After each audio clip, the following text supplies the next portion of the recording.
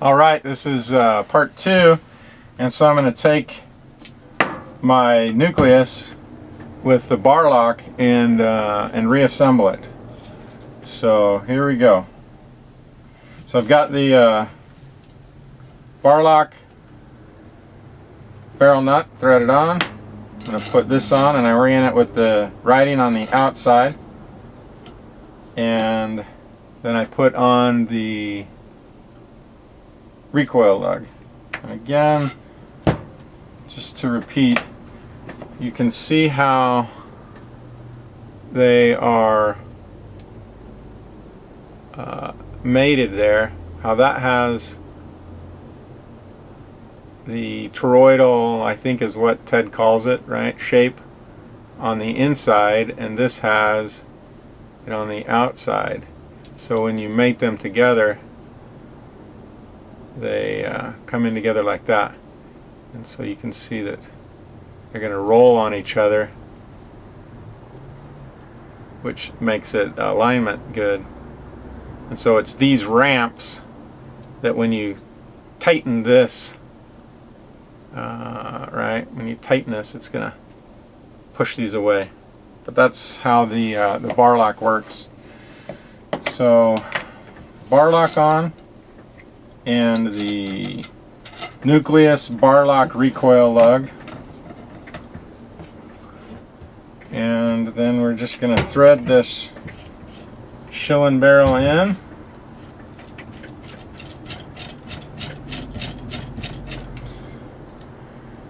Before I get too far, I'm going to pop this right in there. And again, I headspace off the brass that I'm going to use so that I don't get much growth. And after I get it all tightened down and set up, I will check it with the tape method. But there, I'm all the way down, and so my method is to go all the way down onto the brass, just hand tight, and then back it off maybe a 1/16 or an 1/8, and using the brass I'm going to use as a go gauge. So then I roll this over, and I've got that oriented up. I'm going to roll this down, and it's really helpful that the Barloc has the Nucleus has the way to capture the recoil lug. It keeps it aligned. So by experience, I'm going to roll this just back outside of 12 o'clock. Right there is about right there. The split in the collar is about at 12 o'clock, and so I typically roll it back this way a little bit, tighten it down, and I grab this fun little Barloc tool. I'm going to do it upside down so you all can see, and I'll just roll it like this. You can see as it tightens, this is opening, spreading open, and that's just about at 12 o'clock. If you're goofing with it, you can put the, don't necessarily tighten it, but get it down so that it's not wobbly loose, because then you can take your tool, lock it in there, and use it as a lever to roll it. But if it's too tight, it won't roll. But I've got it right there.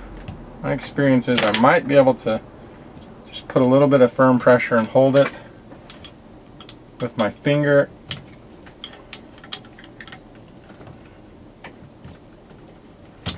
To get a little bit more torque on this nut. There we go. I think that's probably done it. So it's still at 12 o'clock, but see, it hasn't opened up. And Ted says to open it up so you can fit the wrench in it. So let's see if we can make that happen. We may have to readjust it. But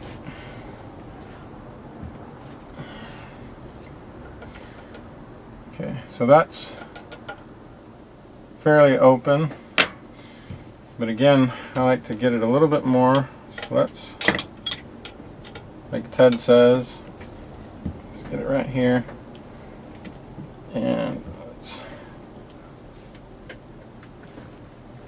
roll this barrel. Oh.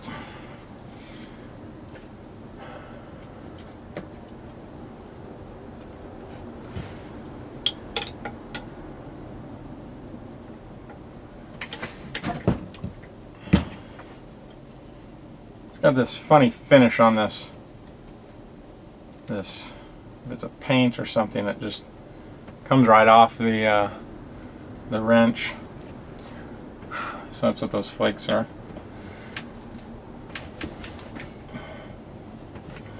Yeah, you know what? That's why it's not opening anymore. Again, if you're a knucklehead like me, you forget to loosen this. Keep this loose. There we go. If you don't keep it loose, it's not going to open any further. So there, we've got it loose. Now I'm not going to struggle as much, I don't think.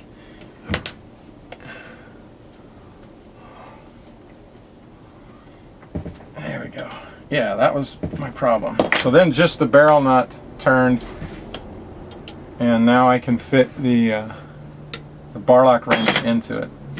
So now the instructions are: barrel nut's tightened, and this is loose, so you can see it's loose and it turns. So you just turn it down until you feel the resistance. Feel the resistance, and then you find it. Let me see if I can find a good position. Okay, so that is its orientation right there. So now I'm going to turn it one turn, and then a quarter, which is up there, but sometimes it won't go that far, so I just stop it right there. And so there, my rifle is now headspaced and the Barloc is on. So I'll just go over it. I'll just disassemble it. It's kind of fun. So I'll disassemble it. So there's the back, and it's loose. Alright, so it's loose. Get the Barloc wrench on it. It's like once it gets tightened down to a certain point, then the Barloc collar doesn't roll and the barrel nut will tighten on it. But as it begins, it wants to roll with it. But at any rate, so there we go. So I've got the it all loosened up. Put the dummy round back in. Don't want to goof up my trigger, so I'm gonna. There we go. So it's all loosened. Let's tighten it back in. Okay, so I'm snug up against my brass. I'm gonna back it out. So that's all the growth that it can give, so size to that brass.